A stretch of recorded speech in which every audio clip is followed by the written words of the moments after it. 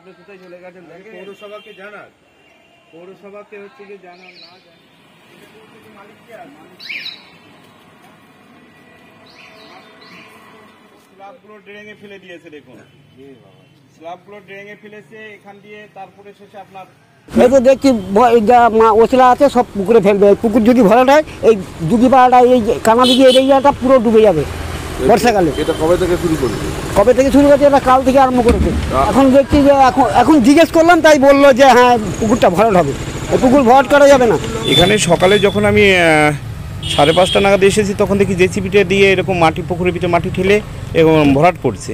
Actually কি দেখুন, জলাশয় সে একটা পুকুর ভেঙে যদি জলাশয় হয়, সেই পুকুরটা সেই জলাশয়টাকে কিন্তু কখনই ভরাট করা যাবে না।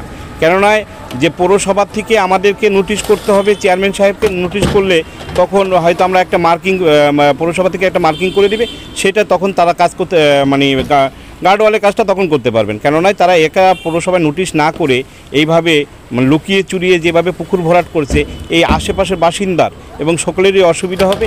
আর এই জলাশয় ভরাট করলে জল নিকাশির ব্যবস্থা খুব পরিস্থিতি ভীষণ খারাপ হবে। তাই এই জিনিসগুলো আমরা হতে দিব না, সেটা বন্ধ করা হলো এবং পৌরসভা থেকে আমরা নোটিশও করছি।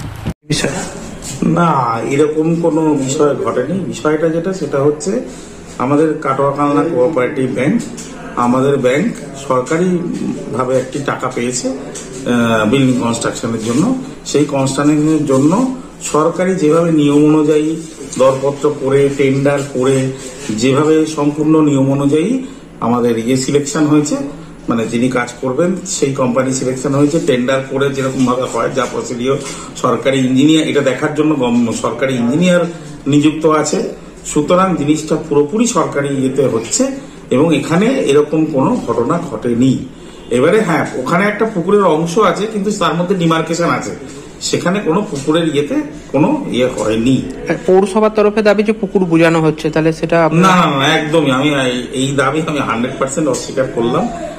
আপনারা চাইলে স্পটে গিয়ে দেখেও নিতে পারেন যে এরকম কোনো ঘটনা হয়েছে কিনা। পৌরসভার তরফে কি আপনাদের যেতে বলা হয়েছে ওই পৌরসভাতে, বা এরকম কোনো নোটিশ পেয়েছেন কিছু? না না না না এখনো কোনো নোটিশ পাইনি। আমি কোনো ফোনও পাইনি, কোনো নোটিশও এখনো অব্দি পাইনি কিছু। যদি যেতে বলে যাবো অবশ্যই গিয়ে কথা বলবো, ডিটেলসে দেখা করবো। কি নাম আপনার? আমার নাম দীপঙ্কর সাহা, আমি কালনা ব্রাঞ্চ ম্যানেজার।